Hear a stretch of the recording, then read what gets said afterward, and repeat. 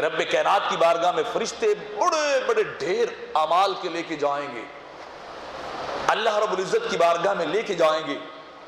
جب وہاں وہ اعمال لے کے جائیں گے، ان اللہ کے بالکل قریب ہو جائیں گے، تو رب کائنات فرشتوں سے ارشاد فرمائے گا ان اعمال کو نیچے پھینک دو، یہ اعمال مجھے نہیں چاہیے۔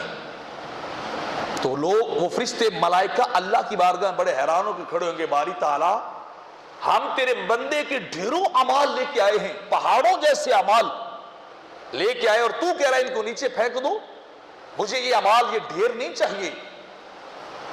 تو جب فرشتے رب کی بارگاہ میں سوال کریں گے تو رب کائنات فرمائے گا تم تو اس کے ظاہر کو دیکھتے رہے تھے نا، میں رب اس بندے کے دل کو دیکھتا رہا تھا۔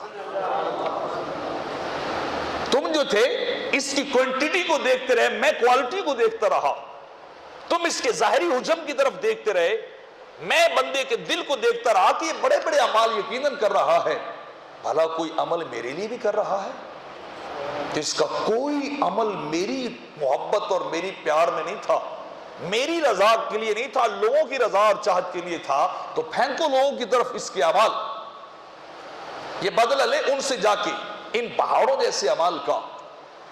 تو اس کے اعمال نیچے پھینک دیے جائیں گے۔ اور حدیث پاک کے اندر آتا ہے، اس کا دوسرا حصہ ہے، حضرت ابو حبیب رضی اللہ تعالیٰ عنہ روایت کر رہے ہیں کہ آقا علیہ السلام نے فرمایا ایک بندے کے بالکل مختصر سے اعمال ہوں گے، فرشتے انہیں لے کے جائیں گے رب کی بارگاہ میں، انتہائی قریب جب رب کے جائیں گے تو رب کائنات فرمائے گا اس کے اعمال کو اعلیٰ علیین میں رکھ دو۔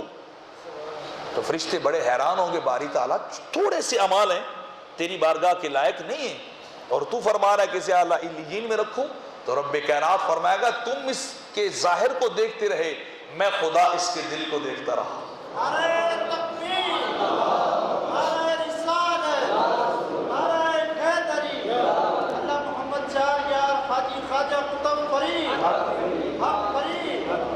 تو فرمایا تم اس کے ظاہر کو دیکھتے رہے، میں اس کے دل کو دیکھتا رہا۔ یہ تھا تھوڑے عمال کرنے والا، لیکن یہ دل کا بڑا دنی تھا، دل والا تھا، صاحب دل تھا، جس نے تھوڑے بھی کیے تو میری رضا کے لیے کیے، جس نے 1 روپے بھی میری بارگاہ میں دیا تو فقط میری محبت میں ڈوب کے دیا تھا۔ مجھے یہ 1 روپیہ لاکھوں سے بڑھ کے ہے، مجھے یہ 1 روپیہ اربوں کے میرے راستے میں بظاہر خرچ کرنے اور طلبگاری دنیا کی ہو اس سے بہتر ہے۔